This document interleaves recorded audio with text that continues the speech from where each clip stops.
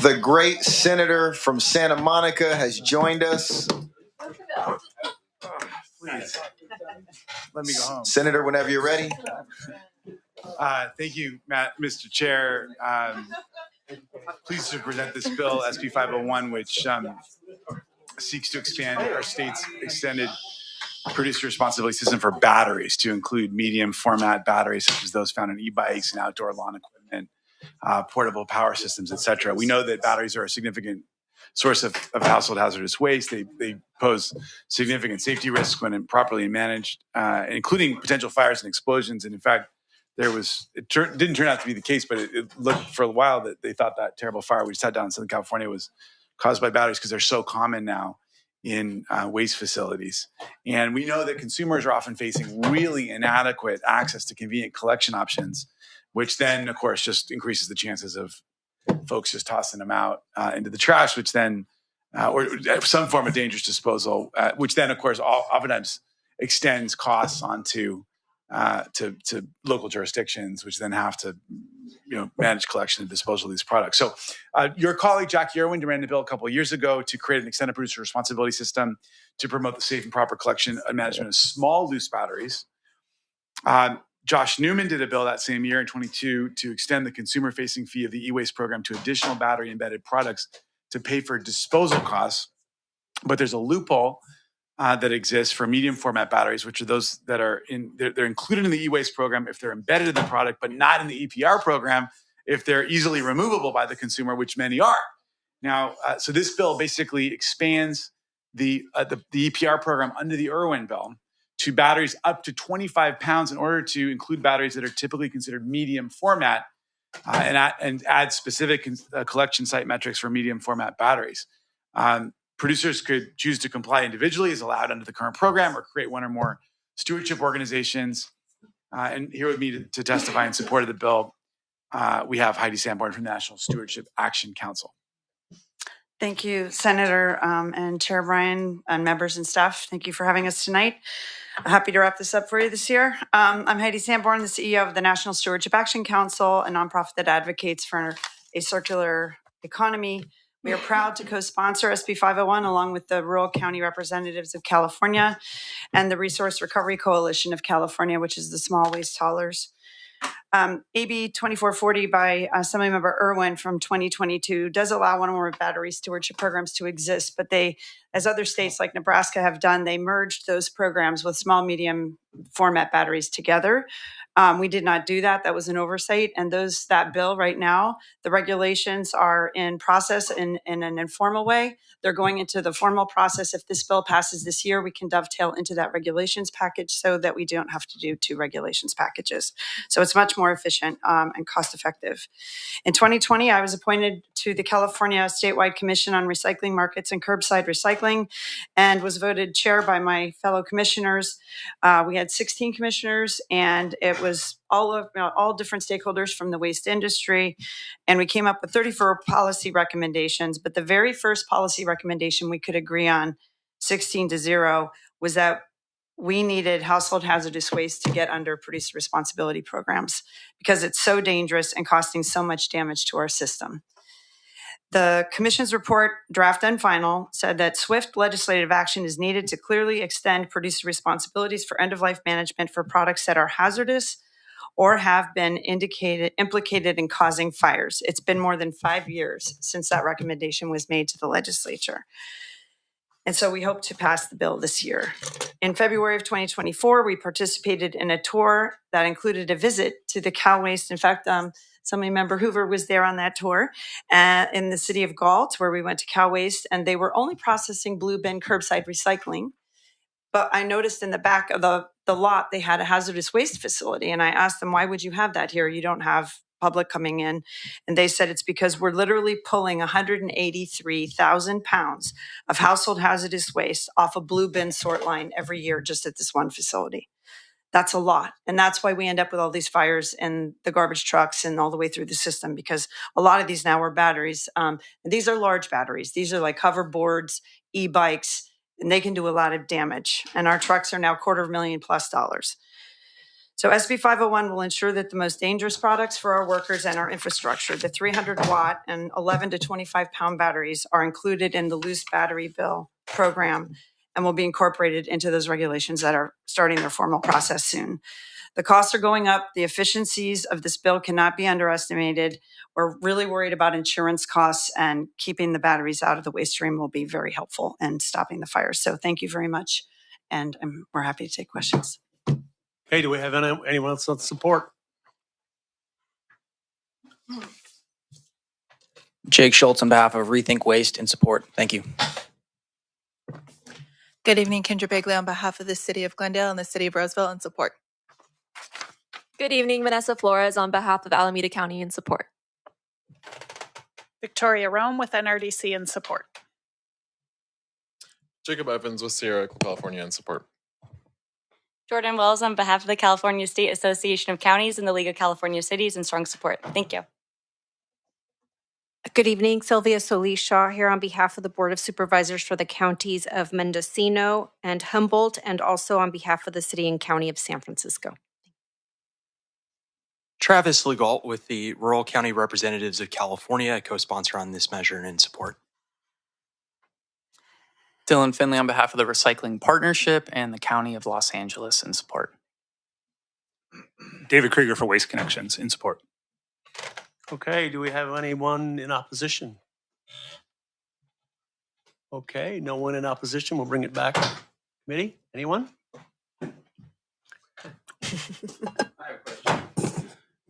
So can we go to the battery sizes again? What's like the largest battery that's a part of this? We go up to 25 pounds in this bill. Something bigger than a car battery? Yeah, I mean, it wouldn't be like a truck battery or something like that, yeah.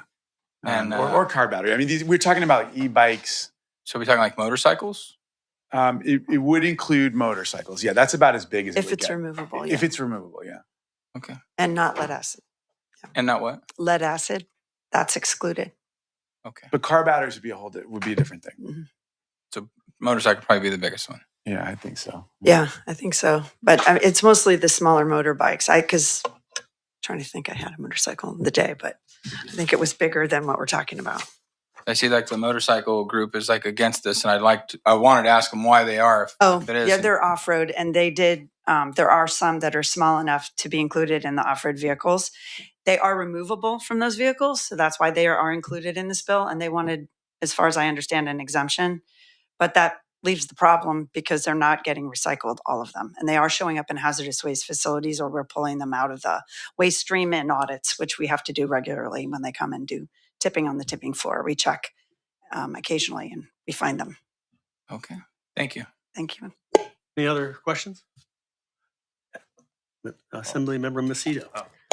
I just wanted to acknowledge that this is your last bill with us on the Natural Resources Committee, and I want to thank you for all that you've contributed. I'm sure you have something to say about this bill, so I'll leave that for the end, but just want you to know how much we all respect and admire the expertise that you've brought to this committee, and we're going to miss you. So thank you.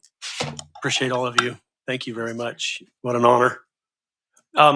I'd like to address the senator. Are you not going to be vice chair next year? He's no longer. You're leaving us. I'm out of here. Why are you leaving us? I have to work, Ben. We should have brought flowers. This is so sad. All right. You're sick of this already? You just got it? Oh my God. I don't know that I ever liked it to begin with. All right. But no, it's been an honor. It's just way cool, but not my thing. Okay. All right. We'll talk. Tell us more. So Dan, I'm Senator. Will you follow me through? Bear with me, you guys. I just have a fundamental. Follow me through. Someone buys a battery at a retail store and they put it in their motorcycle, and then it dies on them. And then, what are you proposing from there? Yeah. So it's in the same way when you go and get your battery replaced at a car, shop. They will take your old battery out and they'll put it into a responsible waste stream. We want to make sure that the folks that are the battery manufacturers are going to play a role in setting up a system where these batteries would be collected. So there's an easy process that the battery manufacturers are going to drive, and that would inform you about a place to drop off that battery, and it would then be taken care of responsibly, ultimately recycled, etc. It's all about making sure we have this is the whole concept of extended producer responsibility. My question is, you take the battery out and you go drop it off at some At a designated. But what if this designated, let's say, I don't know, a parts store does not never sold those batteries to begin with? Are they therefore responsible from collecting? How does this work? Well, producer responsibility leaves it up to the producers to design the program that's most cost effective for them. So it could be that they partner with retail stores if they so choose. They are not mandated in this bill to collect them back. If they don't want to, or if that's not going to be workable, then it could be that they help pay the hazardous waste facilities for those batteries. Right now, the public facilities are paying for those batteries, and a lot for those batteries. So, and we're lucky if we get them separated, because as I said, because when people have to go out of their way, sometimes they don't do it.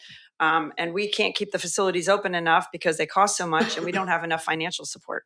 So this will help us keep them open longer. For example, LA County only has 2 facilities that are open 1 weekend a month. That is not enough for 14 million people. And that's why things end up in the trash and why our trucks are burning down. Okay. Thank you. I guess we'll bring it back for... I have one more now that you go brought ahead. that up. So talking like a core charge, when you buy your battery, you're going to pay a core charge. You're going to get that back when you recycle it, in a sense. Yep. Is that the same thing that goes on with this program? How does that work? Well, that's a deposit system that was set up by the auto industry because they really wanted the lead back. They didn't have enough lead. So they set it up so that they would get the lead acid batteries back so they could recycle it. This is a little different in that we're telling the producers that weren't voluntarily doing that, please do that and accept it. We don't need a deposit. If you choose to use a deposit to get them back, fine. But you can choose to do that, but we're not mandating a deposit. People generally want to do the right thing. And if we make it convenient and easy for them and we tell them clearly where to go, most people will do that. But right now they have no clue. And so they end up in the wrong place. So this will be an option then by the producers to come up with a program if they want that would encourage people to probably recycle it so I get my monies back and then I just put it towards my new battery. That's right. It could be a deposit. It could be that they just make it really convenient. So it could be that they do partner with retail stores. It's a choice. Again, retailers are not forced to do that. But for example, Specialized Bikes, I know, are already talking to Redwood and they're working on a deal so that they can collect the e-bike batteries at their stores and get them back to Redwood for recycling. And those kinds of private sector deals can work, but we don't want to force one way on them. So we let them decide how to do it and negotiate amongst themselves. I like it. There's some wiggle room. Thank you. Mm-hmm. Okay, I guess we'll call. We need a motion in a second. Evan, let's call the roll. Would you authorize? Well, I just would say, remember, extended producer responsibility is not a government mandated and directed program. It puts the producers in the driver's seat to figure out the best plan that works for them. They know their product best. They know their consumer base best. They know their market best. And it gives them, it puts, obviously we want to make sure this stuff is collected and properly disposed of. But it puts the people with the most tools at their disposal, who've got the most deep connection to the product, the producers, in charge of figuring out a system for best collection. And we see this work successfully all over. I mean, including Europe, Canada, Japan. Europe, and places here. And there's extended producer responsibility systems that we have here, including our plastics bill that's being implemented. So, anyhow, it's in that spirit that I ask for your vote. Okay.